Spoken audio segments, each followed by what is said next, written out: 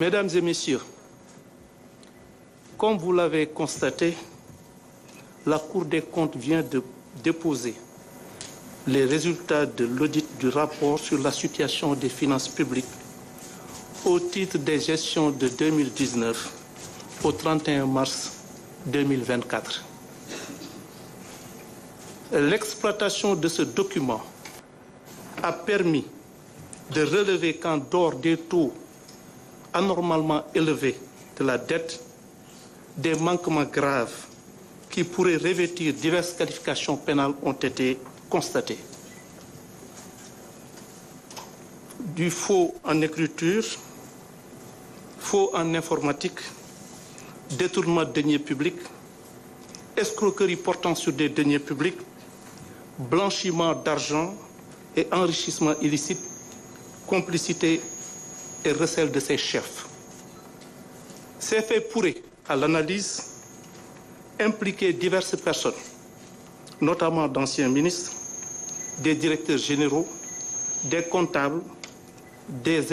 gestionnaires et d'autres particuliers. C'est pourquoi il est envisagé, dans le respect strict des principes directeurs de la procédure pénale, notamment la présomption d'innocence, le respect des droits de la défense, le respect du principe du contradictoire,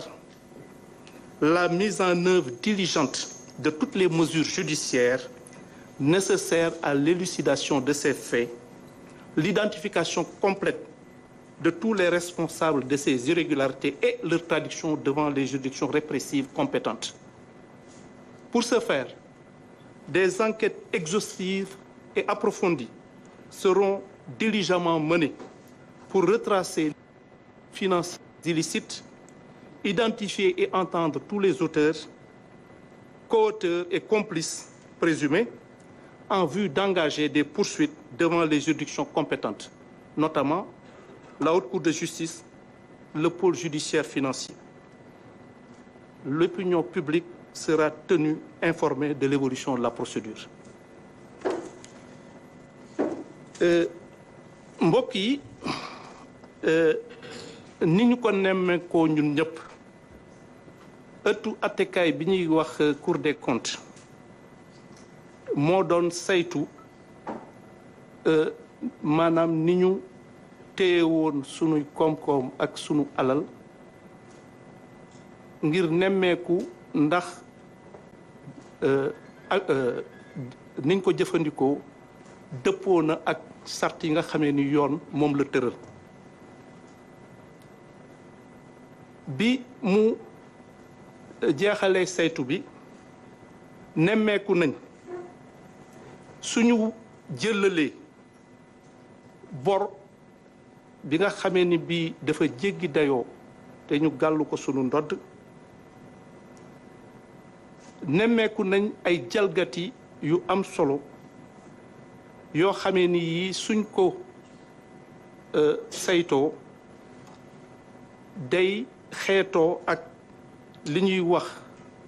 le faux en écriture, l'escroquerie portant sur des deniers publics, maanaam jalgati alalu mbooloo mi nga xamee ni mi ñun ñëpp ko bokk, blanchiment maanaam lewal alal boo xamee ni bii awul yoon jéem a lewal loolu ak itam ñi nga xamee ni ñii ñoom ñëpp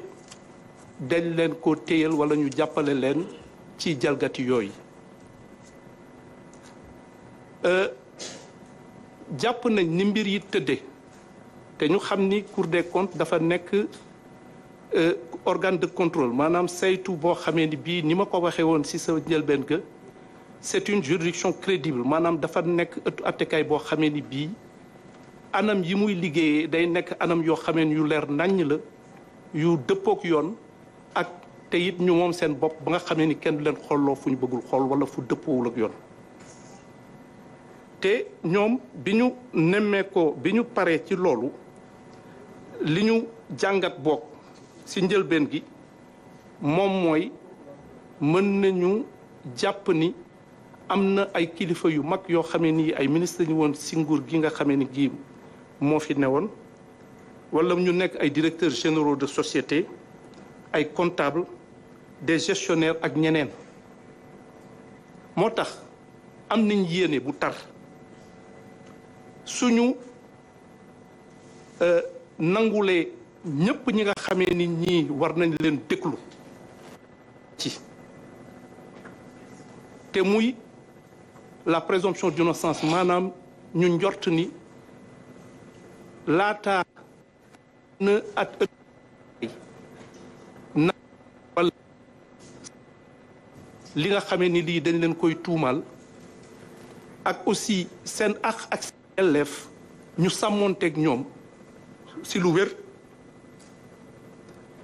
am nañu yéene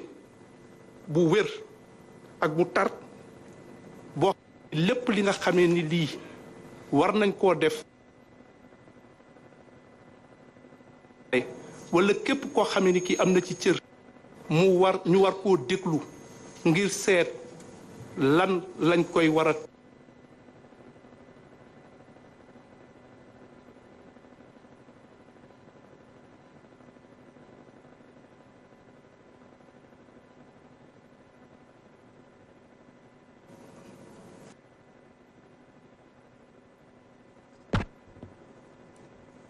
am nañ donc yéene bu tar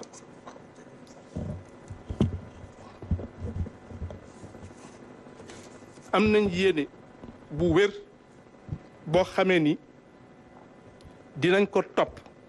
saytu ko ci anam yu leer nañ ba képp koo xamee ni kii laale nga ci lépp li la xamee ni yoon tëral na ko walla war nañ la kaa teg ñu teg la ko ci anam yu leer nañ te du tere lépp li nga xamee ni sa àq la ñu nangul la ko jox la ko ba mat sëkk moo tax am nañ yéene ubbi enquête yoo xamee ni dinañu jéem a toppaat alal boobu nga xamee ni dañ ko jalgati topp ko si anam yoo xamee ni ku nekk dinañ xam fan la jaar ak ki ci laale te su loolu wee dinañ leen jébbal su saxee ëttu attekaay bi nga xam ni moo ko yelloo atte mu di la haute cour de justice maanaam ëttu attekaay boobu nga xamee ni dafa am ñu ko tax a jóg wala mu nekk le pôle judiciaire financier bi nga xamee ni daanaka léegi ñëpp xam nañ ko ci dëkk bi maa ngi jël engagement ni mbir mi dinañ ko jaarale ci yoon ku nekk ñu jox ko àqam ak yelleefam te saa yu fuñ ci mënti toll dinañ leen xamal fiñ ci toll liñ ci def ak liñ ci yéene maa ngi leen di sant leen gërëm jërëjëf